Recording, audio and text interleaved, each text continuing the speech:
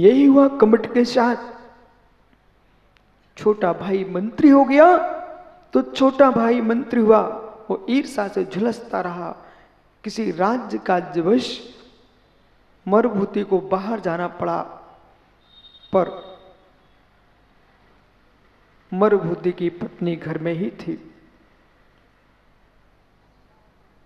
उस अभागे की दृष्टि भाई की पत्नी पर पड़ गई। हे मित्र, छोटे भाई की पत्नी आपकी पुत्री के तुल्य है, बड़े भाई की पत्नी मां के तुल्य है। वे अभागे लोग हैं जो भाभी को पत्नी के रूप में देखते हैं, यानी भाभी पत्नी नहीं होती है, भाभी मां होती है।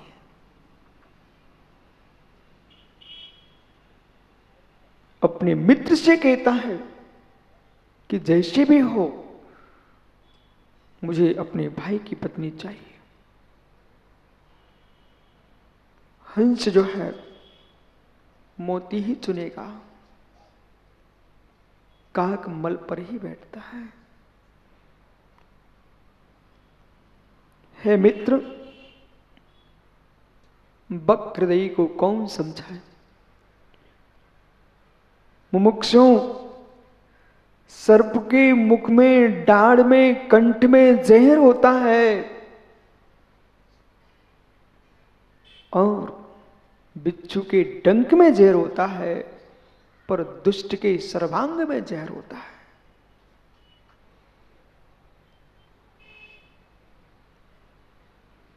एक दूसरे को मत देखो। दुष्ट के सर्वांग में जहर होता, कब डसले कोई पता नहीं, क्या कर बैठे उसको कोई पता नहीं। दया करुणा उसके पास कोई भटकते नहीं है।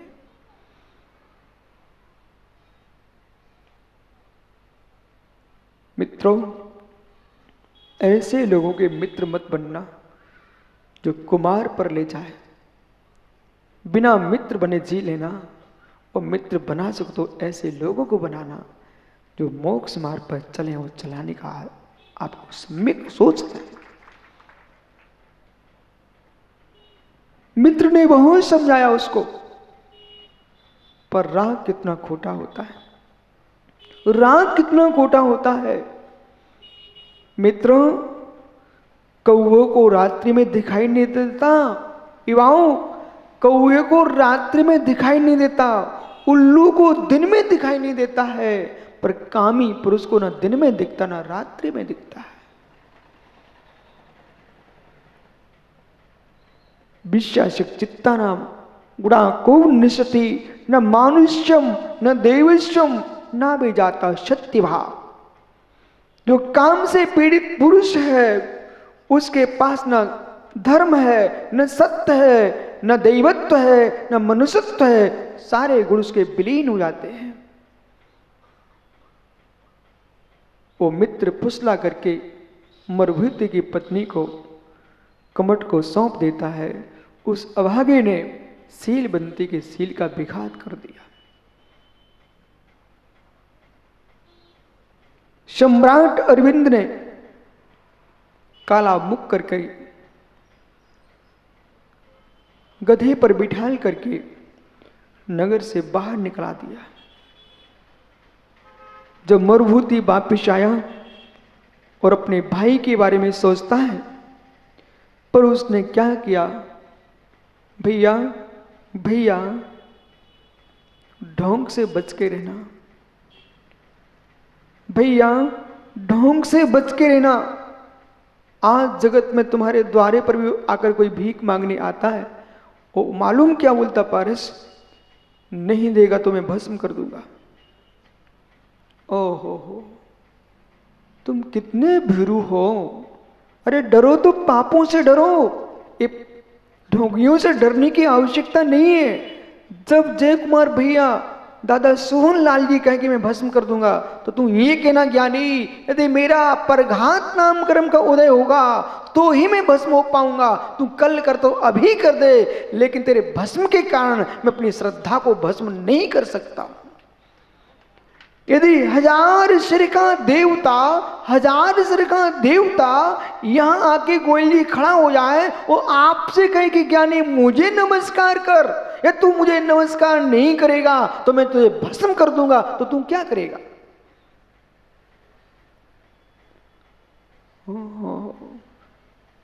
भैया बचो, प्राण बचाओ, धिक्कार हो, प्राण बचाओ।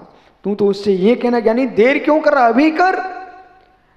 मैं शरीर को भस्म करवाना स्वीकार करता हूं, पर मैं अपने वीतराग देव अरहंत देव के प्रति जो श्रद्धा है उसे भस्म कराना पसंद नहीं करता हूं।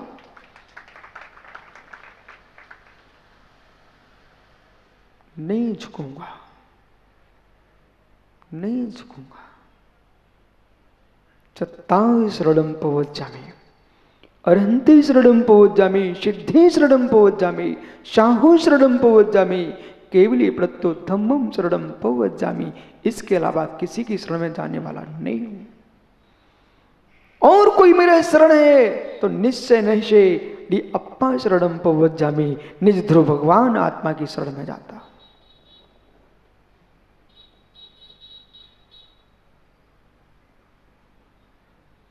ज्ञानियों, सम्यक की रक्षा करना,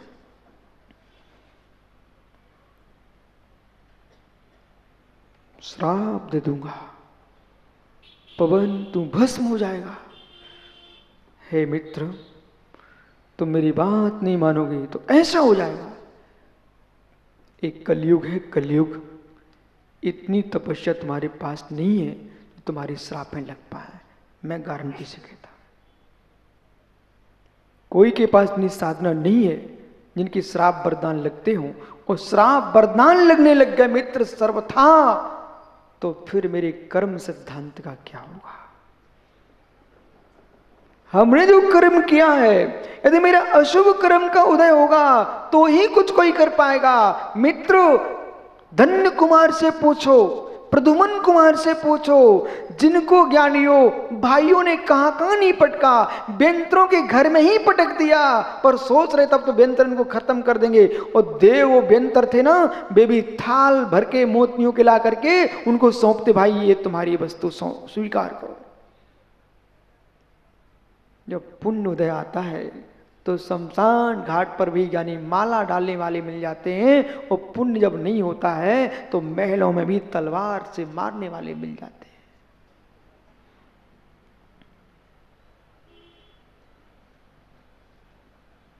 पर क्या करूं, राग राग राग, इतना तीव्र राग। कमट क्या बोलता है राजा अरविंद से, स्वामी मेरा भाई तपस्वी हो गया है। कमट ने क्या किया बताओ? बुंदेलखंड में कहते हैं, बुंदेलखंड में, कि प्रकाश दादा के घर में, कोठारी जी तुम्हारे मित्र हैं, ओह, प्रकाश दादा के घर में गंगवाल जी दही रखा था मटकिया में। राजस्थान की मटकियां देखी आपने? हाँ, दही रखा था मटकी में। वो गई बिल्ली और जाकर उसने मुख मार दिया, पूरा सीधा डाल दिया किसमें? मटकी में। मटकी थी कमजोर, सो उसका गला टूट गया। और बिल्ली के गले में क्या गया? बिल्ली के गले में वो मटकी का मुख आ गया। किस रूप में? हार के रूप में। अब अर्चित वो पहुंची सोगानी के घर, कहती देखो मैं तीर्थ स्नान करके आई हूं, मेरे गले में हार मुकुट माला है, माला मेरे गले में माला है। ज्ञानी, जैसे बिल्ली जो है किसी के मटके के दही को घी को बिगाड़ के आ जाए और घंघरा पहन के आ जाए तो बिल्ली कोई गंगा जू नहा के नहीं आ गई। ऐसे ही मित्र, कोई ढोंगी जी पाप करके और फिर साधु बन के खड़ा हो जाए तो ज्ञानी कोई उसे तुम साधु मान मत बैठना। ओहो, गले में कंठी माला देख ली उसने, बिल्ली के गले में। ऐसे कमठ ने क्या किया? अपमानित होकर के एक पर्वत के ऊपर गया और तापसी का रूप बनाया उसने, और एक शिला हाथ में लेकर खड़ा हो गया। भाई जितने जिन मंदिर हो ना, ये चित्र तो बना देना चाहिए। एक चित्र 1000 पृष्ठ के ग्रंथ का ज्ञान करा देता है। वो खड़ा हुआ है भाई के राग में। भाई के राग में मरुभूति कहता है, हे राजन, मेरे कारण मेरा भाई तापसी हो गया है, इसलिए मुझे एक भाव है मैं उसकी वंदना करके आऊं, एक बार क्षमा मांग के आऊं। तब भी समझाता है राजा अरविंद कि हे मंत्री, आप समझो वह क्रूर परिणामी जीव है, कभी भी नख वाले सींग वाले जीवों पर विश्वास नहीं होता है। एक बार उन पर तो विश्वास कर लो, परंतु दुष्ट हृदय वाले पर तो कभी विश्वास नहीं करना।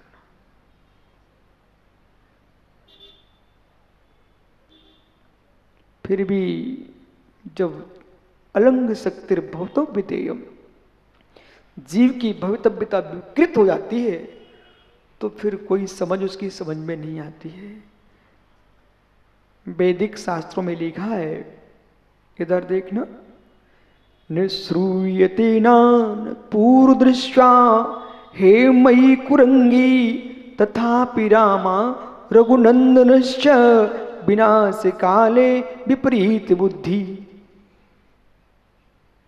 न श्रूयते, न पूर्व दृश्या, न कभी सुना गया, न कभी देखा गया। श्रुणमयी मृग, देखा कभी, सुना कभी। तथापि रामा रघुनंदन, फिर भी रघुनंद की रामायण सीता क्या हो रही थी जंगल में, हे नाथ हमें सोने का मृग चाहिए। विनाश काले विपरीत बुद्धि, जब दिन बदलते हैं तो बुद्धि बदल जाती है। जब दिन बदलते हैं तो मित्र बुद्धि बदल जाती है। कितनी यशवंत पुरुष हो, उसके भाव भाषा सब बिगड़ जाते हैं जब अशुभ का समय आता है। क्या कर सकते हैं? विपाक विचय धर्म ध्यान ही कर सकते हो, विपाक विचय धर्म ध्यान ही कर सकते हो। कैसे बेचारे के कर्म का उदय आया, ऐसे लोग हमने देखे हैं, ऐसे लोग हमने देखे हैं जिनके द्वारे पर लोग भीख मांगने आते थे, वे दूसरे के द्वार पर भीख मांगते खड़े देखे। सबके दिन एक से नहीं होते। इसलिए भैया जीवन के प्रत्येक पल को संभाल के जीना। कब मोड़ आ जाए नियत नहीं है। नहीं माना भाई के राग में चला गया मंत्री, और जैसे ही पहुंचता है और वहां देखता है कि ओह ए तपस्वी, धन्नो मेरा भाग, आज मेरा भाई तपस्वी है। परंतु नहीं समझ रहा था तपस्वी कौन है। और मालूम, पारसनाथ का जीव मरुभूति, जो बनने वाला पारसनाथ, कौन समझता था अभागा। बालकों, बेटा जो सुबह से घूमने जाते ना, इन लोगों के साथ चल मत देना। ये हाथ में छड़ी लेते, डंडा, और जहां देखो कोई पेड़ मिला तो उस पर मारा, वनस्पति मिली उस पर मारा, पत्तों पे मार दिया, और घूम रहे हैं। पर तुमको नहीं है मालूम कौन सी वनस्पति में कौन से महावीर जैसे तीर्थंकर विराजे हैं। मत देखो किसी को दुष्ट भाव से, मत देखो किसी को दुष्ट भाव से। जिसे तुम दुष्ट भाव से देख रहे हो वही तुम्हारा कष्ट मिटाने वाला भगवान बनेगा। भैया जैसी झुका मरुभूति, उस अभागे ने सगे भाई के ऊपर वो शिला जो हाथ में लिए था वो पटक दी। भाई ने भाई का चकनाचूर कर दिया। आर्त ध्यान से मरण किया, वो हाथी बना। कौन? मरुभूति। कमट जो है कुरकुट जाति का सांप बना। कुरकुट जाति का सांप बना। पर हाथी जब मंदोन्मत होकर भ्रमण कर रहा था, इधर कालांतर में राजा अरविंद को वैराग्य हुआ, दिगंबर मुनि हुए और वो सम्मेश करके बनने के लिए मधुबन जा रहे थे।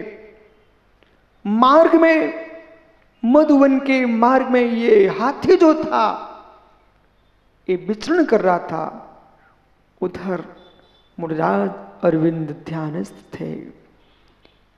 अनेक वृक्षों को कुचलता हुआ, जीवों को कुचलता हुआ मुनिराज की ओर दौड़ा वो हाथी। कौन? जो कभी मंत्री होता था।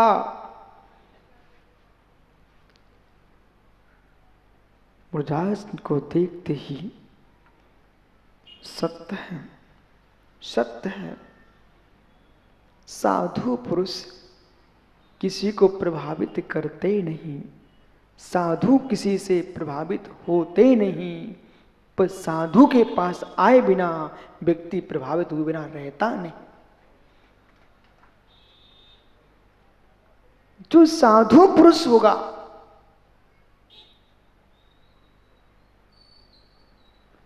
शक्कर की डली बेटा अर्चित कब बुलाती चींटी को? पूछना अपने मित्र से, पूछ। शक्कर की डली कब बुलाती है चींटी को? शक्कर में मिठास है, चींटियां दौड़ती चली जाती हैं। साधु पुरुष इन भक्तों को कभी बुलाते ही नहीं हैं। भक्त भगवान को देख करके स्वयं ही पहुंच जाते हैं। आज मधुबन में सम्मेशकर में कैसी भीड़ लगी होगी। प्रभु पारसनाथ तो कितने ऊंचे से गए मोक्ष। चंदा प्रभु स्वामी की टोंक, पारसनाथ स्वामी की टोंक, वो सोनभद्र कूट, ललित कूट, कितने बेबान जंगल में है। प्रभु तुम छुप सकते हो पर अपने को छुपा नहीं सकते हो। कमलवत कमल कितना ही झाड़ियों में छिपा हो सरोवर में, परंतु सुगंध को नहीं छुपा पाए गुलाब दादा। ऐसे साधु अपनी सुगंध को छुपा नहीं सकते। तुम कितने ही बेजान जंगल में बैठ जाओ। मुनिराज को देखते ही मंदोन्मत हंसते सूंड को नीचे पटक करके प्रणाम करके प्रभु के चरणों में बैठ गया। और जैसे ही देखा मुनिराज को, उसको जाते सुनकर हुई हमारे सम्राट। और मुनिराज कहते थे, हे जीव, तुझे मैंने मना किया था तब भी तू नहीं माना। अब तू क्या कर रहा है? इस त्रियंच पर्याय में तू ये क्या कर रहा है? उसको आत्मबोध हो गया, प्रतिबोध हो गया।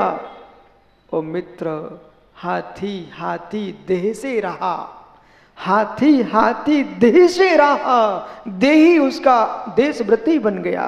उस हाथी ने मुनिराज के चरणों में यानी प्रतिमा स्वीकार कर ली, देशव्रत धारण कर लिया, अनुव्रत धारण कर लिए।